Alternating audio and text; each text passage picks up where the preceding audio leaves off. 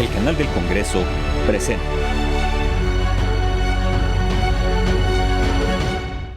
Hay 85,000 millones de ataques en Internet.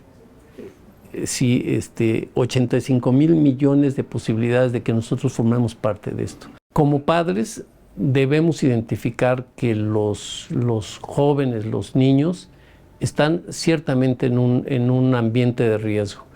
Es muy fácil que se conecten con personas desconocidas. Es muy fácil que la información que estas personas desconocidas les resulte muy atractiva, que los entiendan, que los comprendan, que los enamoren, por decirlo así, de manera digital, y que eso sirva para que se enganchen en un problema que puede ser muy grande detrás. Construir una cultura de civismo digital es el objetivo del Pacto Nacional por la Ciberseguridad de las Niñas, Niños y Adolescentes, firmado por representantes de los sectores social, académico, privado y público en el Senado de la República. ¿De qué va y qué representa este documento? Les decimos en un momento más. Por lo pronto, les doy la bienvenida a Cámara Alta, la revista informativa del Senado de la República. Soy Paulina Usigli. Comenzamos.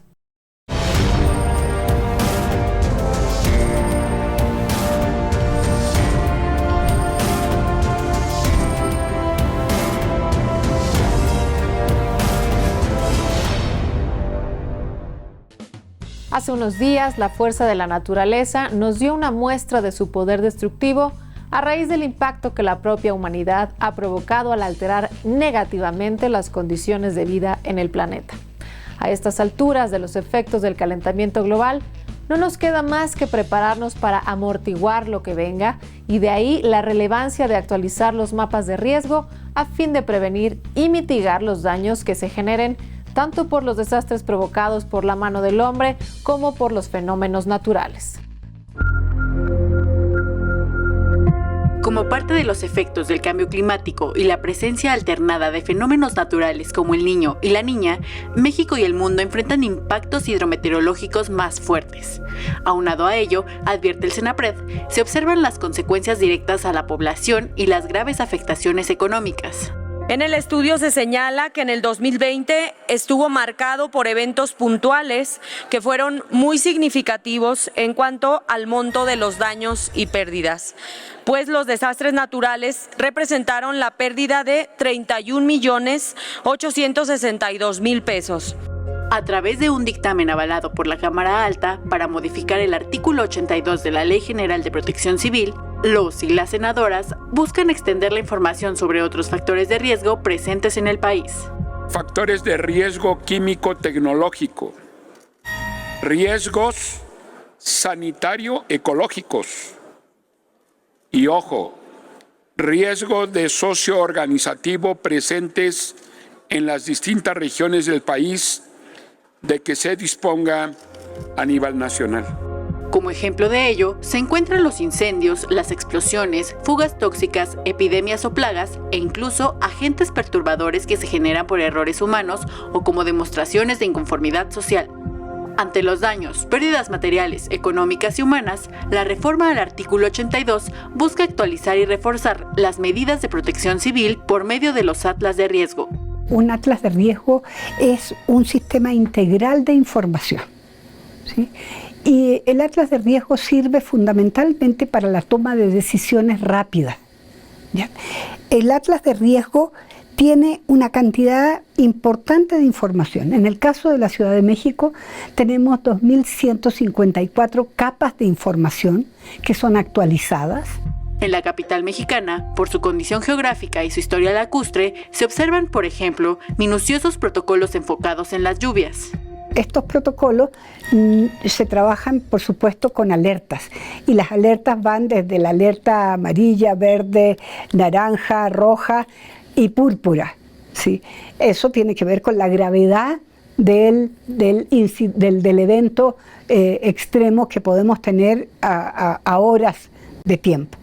Entonces, tenemos una mesa de trabajo que se instala de forma inmediata en el C5, en donde ahí están presentes todas las dependencias que tienen que ver con un evento como eso. Con la minuta aprobada, el Senado busca garantizar la construcción de un México seguro desde la protección civil, bajo un enfoque preventivo para salvaguardar el bienestar de las personas.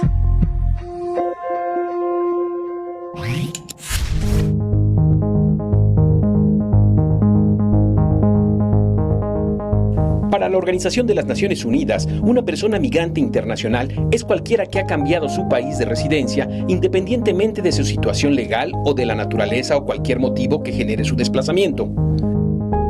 La Organización Internacional para las Migraciones agrega a la definición una serie de categorías jurídicas tanto regulares como irregulares, tales como solicitante de asilo, persona desplazada, migrante documentado, trabajador migrante documentado, migrante ambiental, expatriado, migrante interno, desplazado interno, estudiante internacional, migrante en situación regular e irregular, migrantes en situación de vulnerabilidad, residente permanente, trabajador migrante temporal, migrantes de corta estancia, migrantes objeto de tráfico ilícito, víctimas de trata, niñas y niños no acompañados y migrante indocumentado trabajador.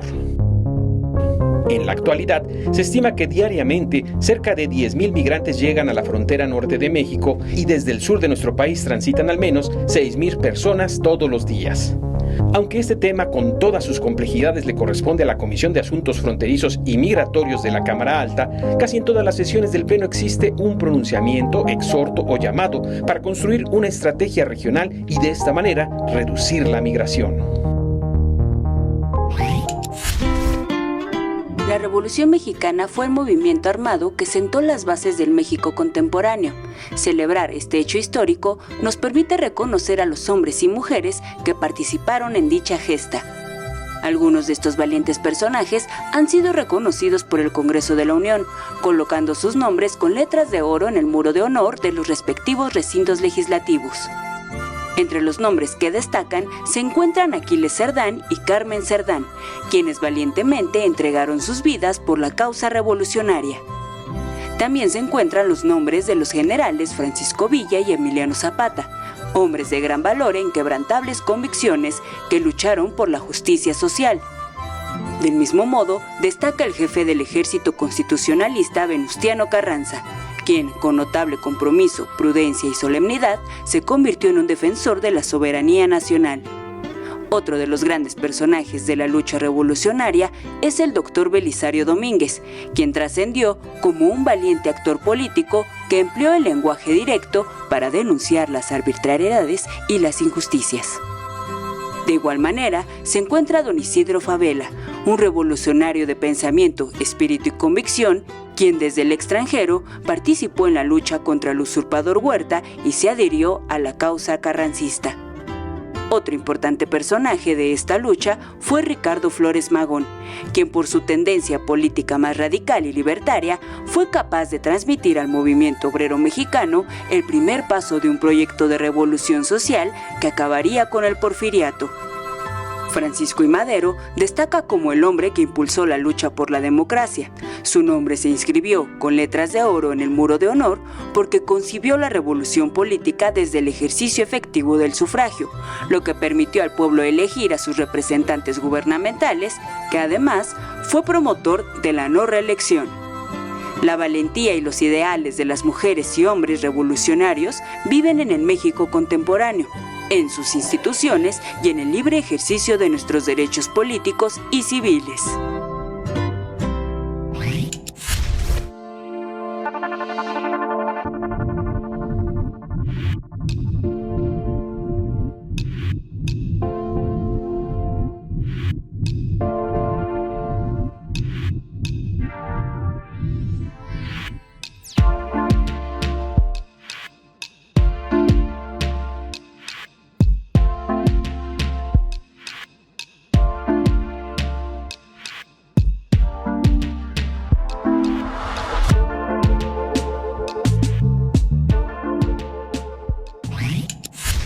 Internet nació libre con el objeto de compartir conocimiento. Sin embargo, el alcance de este poderoso medio se ha multiplicado en posibilidades que por mala fortuna también han sido aprovechadas para cometer crímenes atroces como la pornografía infantil y el mercado sexual de menores. Ante este panorama, la sociedad civil, el gobierno y la iniciativa privada firmaron un pacto por la ciberseguridad de las niñas, niños y adolescentes. De ello les informamos a continuación. Ojo, antes de darle clic a ese mensaje o que subas esa foto tan simpática a la red, es muy importante que sepas que ese clic conlleva un riesgo.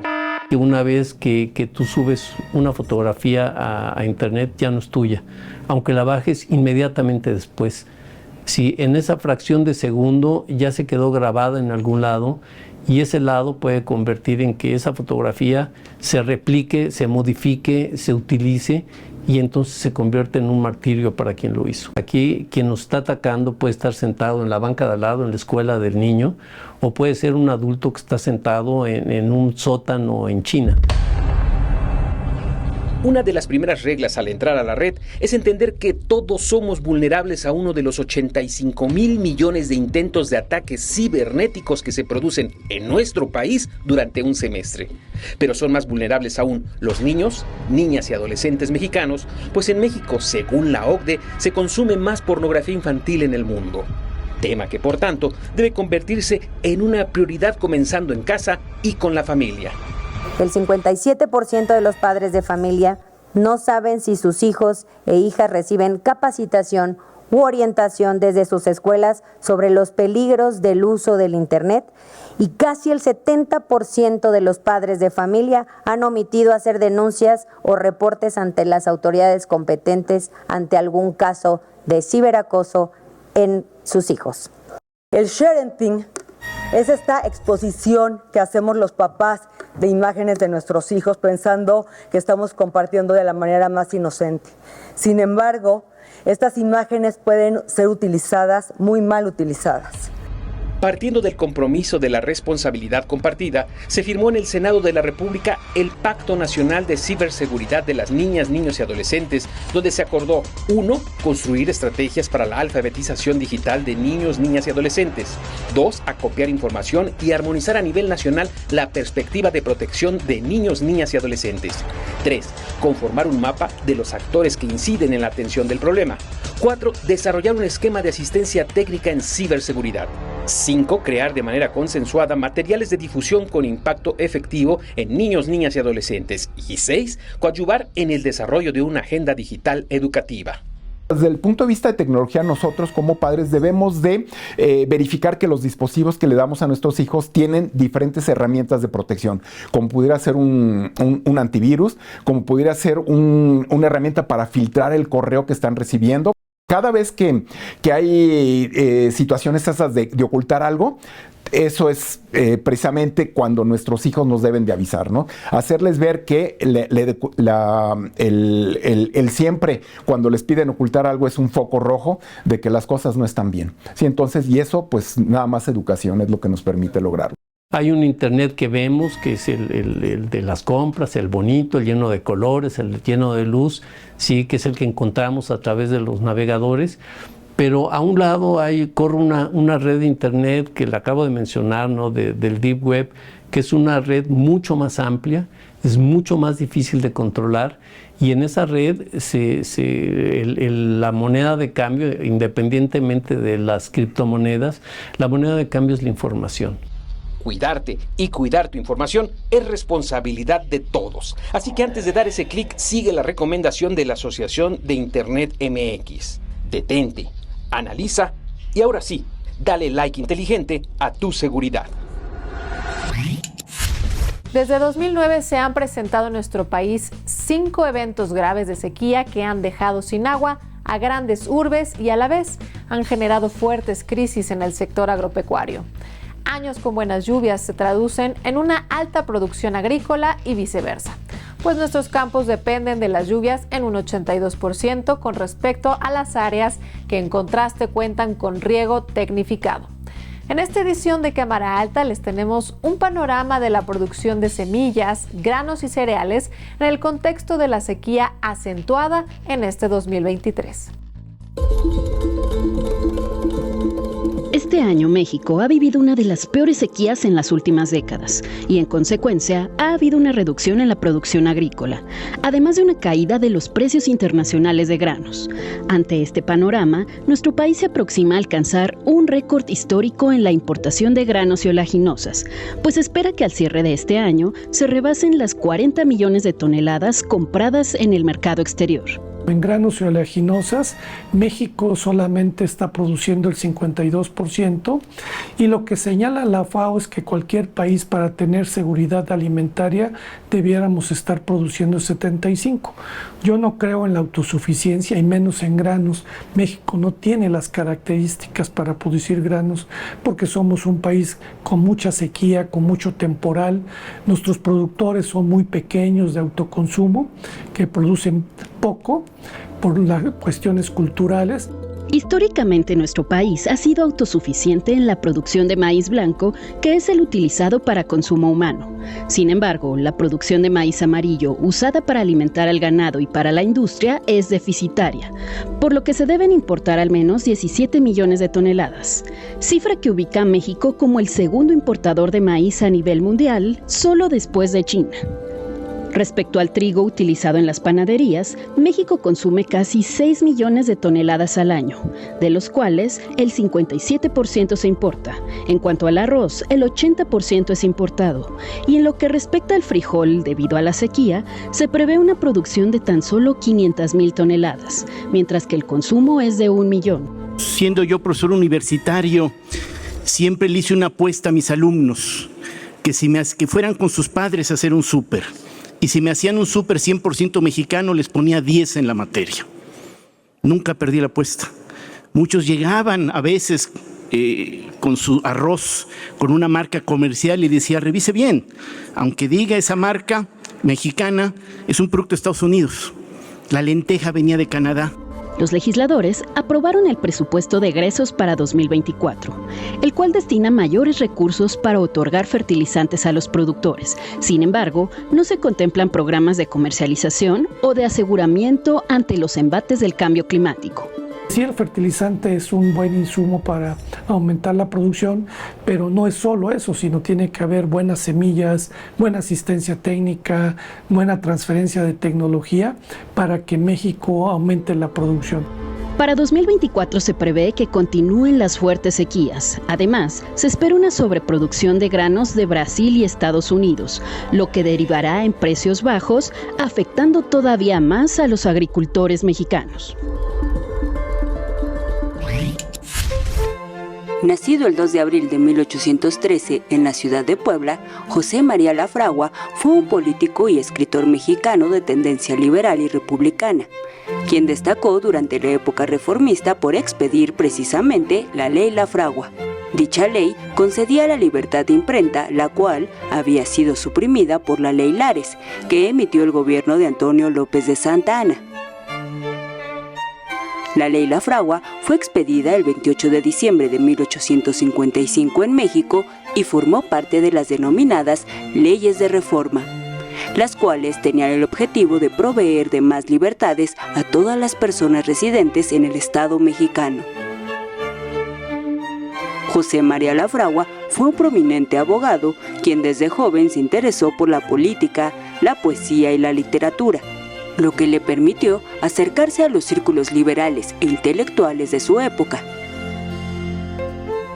En 1840 se convirtió en diputado del Congreso Constituyente de Puebla, desde donde propuso y elaboró diversos textos jurídicos, destacando los códigos civil y de procedimientos civiles, el Código Penal, así como del proyecto de ley de garantías individuales en 1847. Más tarde, fue ministro de Relaciones Exteriores en 3 ocasiones y ministro de Gobernación durante el gobierno de Ignacio Comonfort, cargo desde el cual decretó el establecimiento del registro civil. José María Lafragua fue uno de los liberales más destacados de su época, quien promovió el respeto a las garantías individuales y los derechos civiles, lo que sentó una de las bases para la elaboración de nuestra actual legislación en materia de derechos humanos. José María Lafragua murió debido a un ataque cerebral el 15 de noviembre de 1875, ejerciendo el cargo de ministro. Al aprobar cambios a la Ley General de Educación, la Cámara Alta deja en manos de las propias autoridades educativas la facultad de establecer los criterios para la elaboración, distribución y venta de los alimentos y bebidas preparadas, procesadas y a granel dentro de las instituciones educativas. El objetivo de esta reforma, que ya se remitió al Ejecutivo, es garantizar una alimentación sana, suficiente, sustentable y de calidad en las escuelas. 4 de cada 10 infantes en nuestro país tiene sobrepeso u obesidad.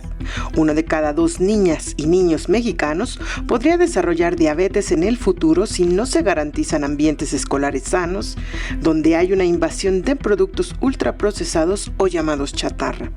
El Pleno del Senado de la República aprobó el dictamen de la minuta que busca reformar la Ley General de Educación para prohibir la publicidad y restringir la venta de este tipo de alimentos en las escuelas de todo el país. Impulsamos en México por primera vez en la historia la responsabilidad legal que tiene el Estado de garantizar alimentación sana, suficiente, sustentable y de calidad desde su producción, su distribución y su consumo. Todo tipo de establecimiento de expendio de alimentos que funcione con la comunidad o sin ella tendrá el compromiso de fomentar estilos de vida saludables.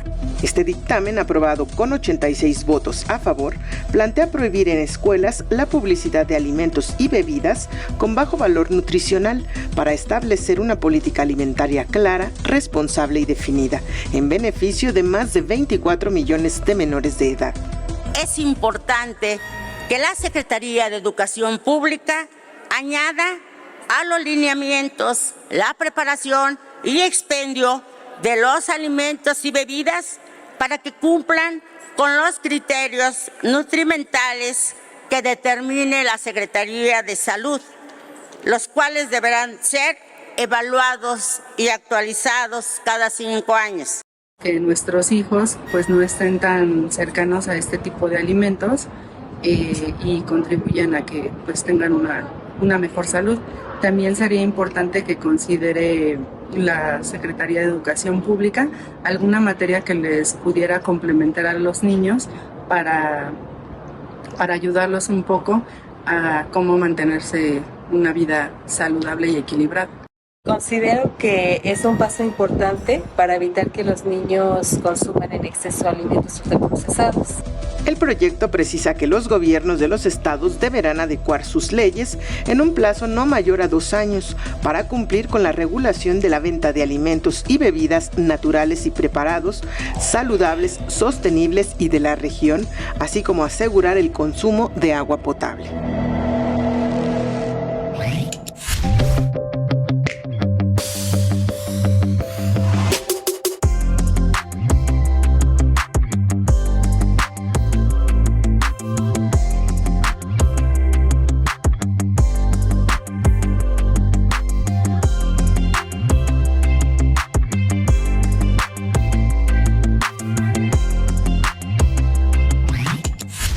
Nuestra misión de informar llega hasta aquí, pero solo por este día, ya que la próxima semana tendremos una nueva entrega de esta revista informativa. En pantalla aparecen en estos momentos los medios de contacto para que nos hagan llegar comentarios, sugerencias y aclaraciones siempre bienvenidas. Soy Paulina Usigli y en nombre de todo el equipo me despido deseando que la pasen excelente. Hasta la próxima.